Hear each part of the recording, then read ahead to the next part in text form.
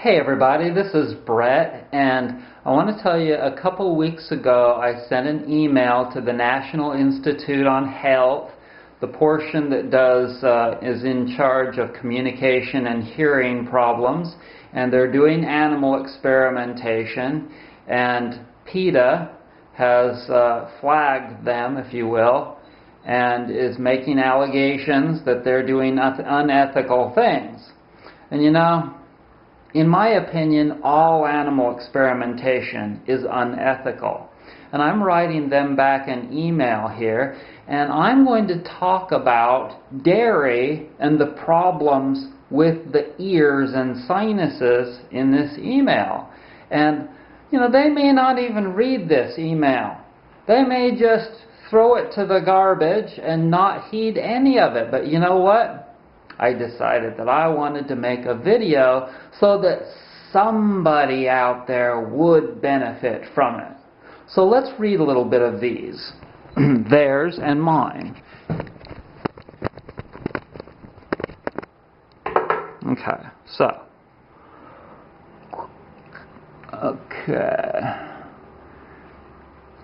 I'm going to briefly read theirs. Dear Mr. Rogers, in response to your inquiry, we want to assure you that the National Institutes of Health, NIH, and the National Institute on Deafness and Blindness and other communications disorders consider seriously all claims regarding animal welfare. The NIH Office of Laboratory Animal Welfare, which provides oversight on all NIH-supported research activities that involve animals, is investigating the allegations made by PETA and reviewing the supporting documents that PETA provided in late 2012.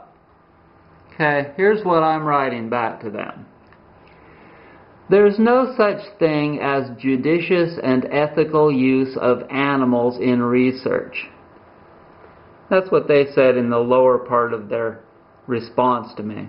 That it's okay to judiciously and ethically experiment on animals. I doubt that what they're doing is ethical in any way, shape, or form.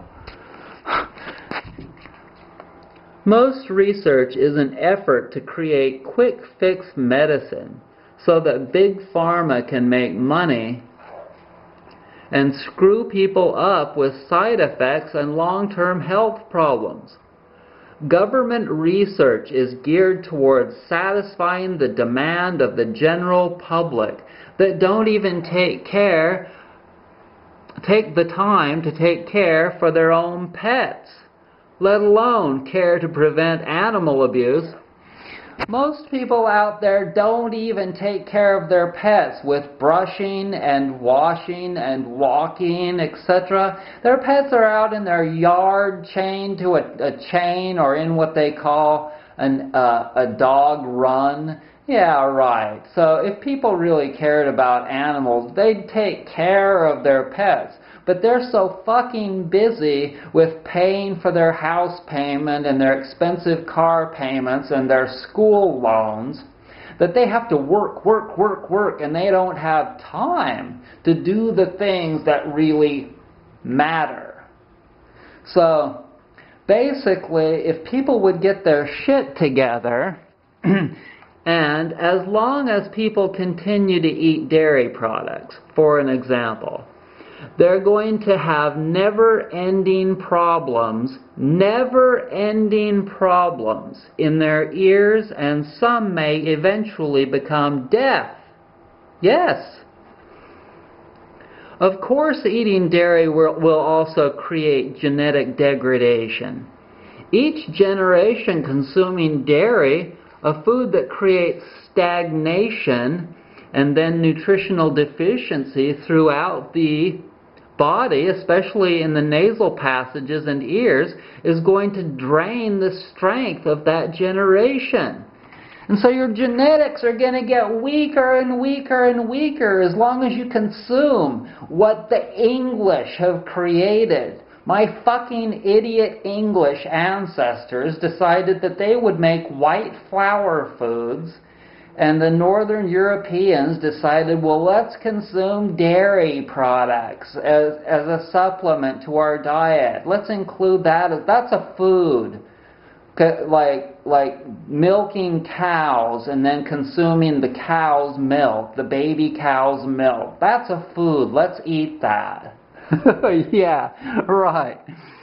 The government says that dairy is one of the 4 food groups. Laughing out loud. It's the worst thing a human can eat, especially for the ears and sinuses. And if you want acne, if you want big, pustulous, popping, freaking zits all over your mirror, pop, pop, then you eat dairy. You eat cheese, and you eat yogurt, and you eat cottage cheese. All of that. And you will clog your pores to the tilt. And that's what you will get, zits. So, instead of telling people the truth, you do research on unwilling subjects, the animals. What stupid, unethical, and greedy bastards you are. It's a sad tale that humans think they're so much more important than the animals that they can destroy them for their own benefits. Humans are animals. They are mammals. Mammals that have overstepped their bounds. Overstepped their bounds. And are about to receive a thorough fucking ass-kicking by Mother Nature. Yay. Eventually you'll learn, Brett. So that's it. That's it, and that's what you're going to see is going to happen. And all of those people that are doing something like experimenting on animals, they are going to get degraded in their next lives. They are going to get to learn the truth about how we need to respect nature. Not just the earth and the trees and the atmosphere and all of that, but the animals as well. And those people that don't respect the animals, they're going to get theirs big time after this life is over. If they don't get it in this life, they're going to get it from creation, God, whatever you want to call it. They're going to say, it's going to say to them, it's going to say, well, it looks like this says that you experimented on 417 animals in your life.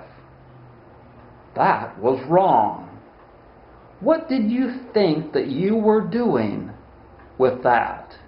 Those are my animals. I'm creation and those are my animals. And you think that you could create drugs that you could sell to make yourself rich, or that you could just do that unethically and get away with it because people were putting pressure on you to do it, but you didn't listen to your little voice that was telling you that it's wrong to do that, whether the mass public was saying that it's right or not.